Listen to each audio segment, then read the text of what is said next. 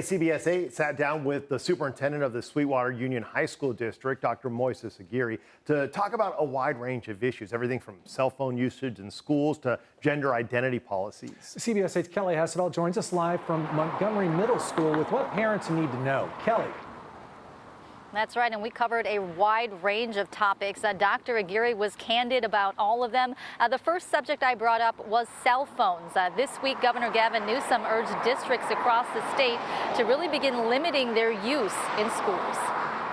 Go Unified is talking about modifying their cell phone usage policy. Where do you sit on that issue? For us, I think the really important thing to keep in mind is that there's an emerging field of research that shows that cell phones are a distraction for learning.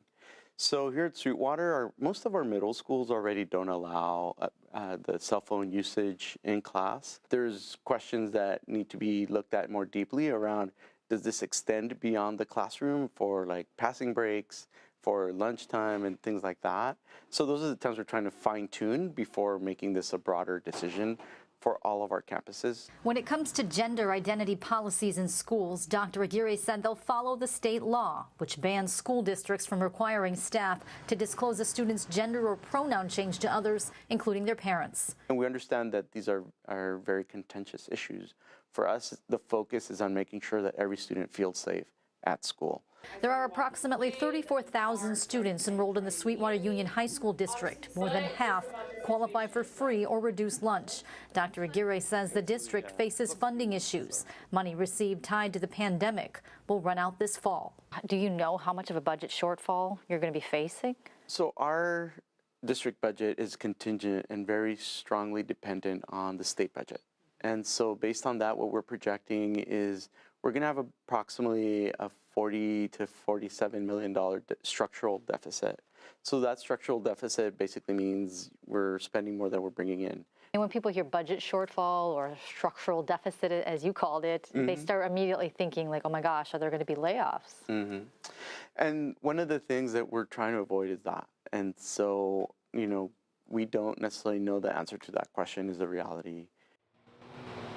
But he says that they are using things like attrition. They're also advocating at the state and federal level for more funding. But he says it really is going to be a team effort. Now, to be clear, the challenges they face here district-wide are some of the same challenges districts across the state and even across the nation are dealing with too. Carlo and Steve. Kelly, and like you said, a lot of school districts are facing those funding challenges, but they're facing others, including declining enrollment and chronic absenteeism. So what did Dr. Aguirre have to say about those issues?